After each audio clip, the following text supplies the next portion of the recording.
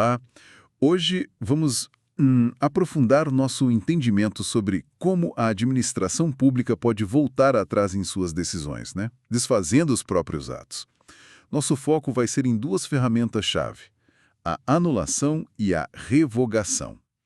Podem até soar parecidas, mas olha, as diferenças são bem grandes. A missão da nossa análise de hoje é justamente, assim, destrinchar essas diferenças. Quando que aplica a cada uma, quais são os impactos e por que entender isso é tão crucial para quem lida com o setor público, né? Pensa rápido. Uma licença de construção que foi dada mais, sei lá, com base numa interpretação errada da lei. Ou então uma autorização para um evento na rua que depois simplesmente não dá mais para fazer por causa de uma obra inesperada. Situações diferentes, soluções diferentes. Vamos começar pela anulação. O que caracteriza esse mecanismo? Qual é a essência dela? Então, a anulação, ela ataca um problema lá na origem do ato, sabe? Ela acontece porque o ato administrativo nasceu com um vício, uma ilegalidade mesmo. Ele contrariou a lei desde o momento que foi criado. Basicamente, a anulação tira do mundo jurídico um ato que já nasceu inválido. Pensa naquele exemplo da licença, se foi baseada numa interpretação da lei totalmente equivocada. Ah, entendi. Então o problema é de validade, desde o começo. E os efeitos da anulação no tempo, como é que isso funciona? Afeta o passado? Esse é um ponto crucial, sim. Os efeitos da anulação são ex-tunc. Já ouviu falar? Ex-tunc. Significa que volta atrás, né? Isso, exatamente. Eles retroagem, voltam lá para a data em que o ato foi feito, como se ele nunca tivesse produzido efeitos legais válidos. É tipo tentar apagar a existência jurídica daquele ato. Claro, tem uma proteção importante, né? Para terceiros que agiram de boa fé e tiveram direitos baseados naquele ato anulado, esses efeitos, para eles, geralmente são mantidos. Faz todo sentido essa proteção para quem agiu de boa fé. Bom, agora vamos para a revogação. Qual que é a diferença, assim, fundamental em relação à anulação? Olha, a diferença é central. A revogação não discute a legalidade do ato. Ela parte do princípio de que o ato é válido, ele nasceu direitinho, conforme a lei. O motivo para revogar é outro. É uma questão de mérito administrativo. A administração olha para o ato e pensa: isso aqui, embora seja legal, e geralmente é um ato discricionário, onde tinha escolha, e bem, deixou de ser conveniente ou oportuno para o interesse público. Percebe? Se o ato fosse ilegal, aí sim o caminho seria anular. No nosso exemplo, seria o caso da autorização do evento de rua. O ato era válido, mas, por conveniência, por causa da obra, foi cancelado. Entendi.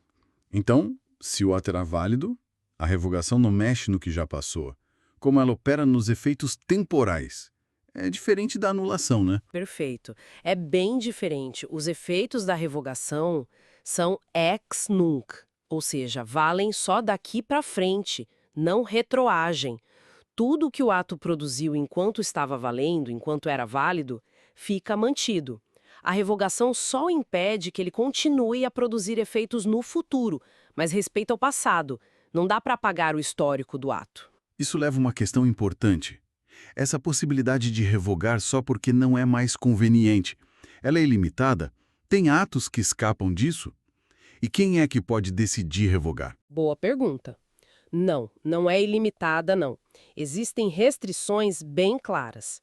Primeiro, é fundamental saber que, em regra, o Poder Judiciário, quando está lá julgando conflitos, não pode sair revogando o ato administrativo só por achar que não é conveniente. Essa avaliação do mérito, da conveniência, pertence à própria administração pública, né? A exceção é quando o próprio Judiciário atua em função administrativa, tipo revendo seus próprios atos internos. Aí pode. E mesmo para a administração, nem todo ato que é válido e discricionário pode ser revogado, tá? Tem uma lista de situações que barram a revogação. Ah, é?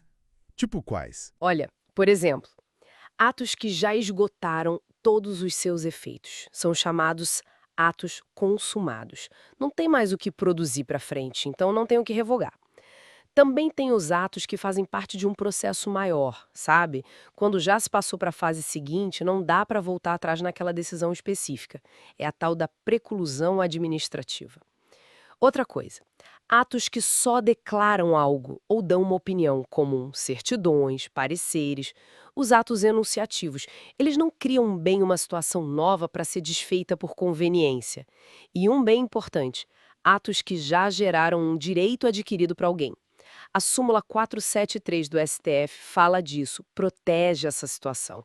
E, claro, os atos vinculados, aqueles em que a lei não deu margem nenhuma para a administração escolher. Se não tem escolha, não tem conveniência ou oportunidade para reavaliar, né? Excelente. Nossa, bastante detalhe aí.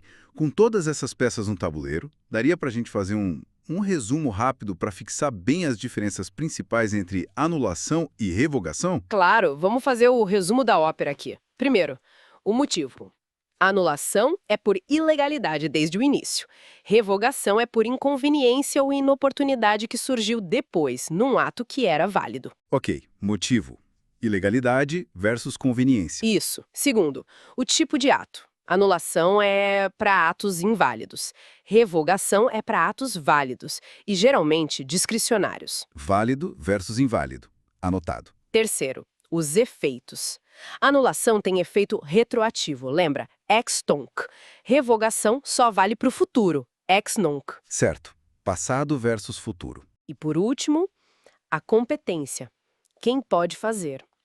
A anulação pode ser feita tanto pela administração na autotutela, quanto pelo judiciário controlando a legalidade. Já a revogação, via de regra, é só a administração mesmo, por ser questão de mérito. O judiciário não se mete nisso, a não ser nos seus próprios atos administrativos internos. Ótimo. Uf, acho que conseguimos deixar bem mais claras as fronteiras entre anular e revogar um ato administrativo, né? São ferramentas bem diferentes, cada uma com seus gatilhos, suas consequências, fundamentais para entender como o poder público funciona. Com certeza. E fica talvez uma reflexão final, né? Essa capacidade da administração de rever os próprios atos, seja para corrigir ilegalidades com a anulação, seja para reavaliar a conveniência com a revogação, é super importante para a gestão pública. Mas, ao mesmo tempo, como que essa possibilidade constante de revisão impacta a segurança jurídica? Como achar o equilíbrio entre essa flexibilidade administrativa que é necessária e a estabilidade que todo mundo, cidadãos e empresas, esperam nas relações com o Estado? É um debate que não acaba, né? E bem relevante.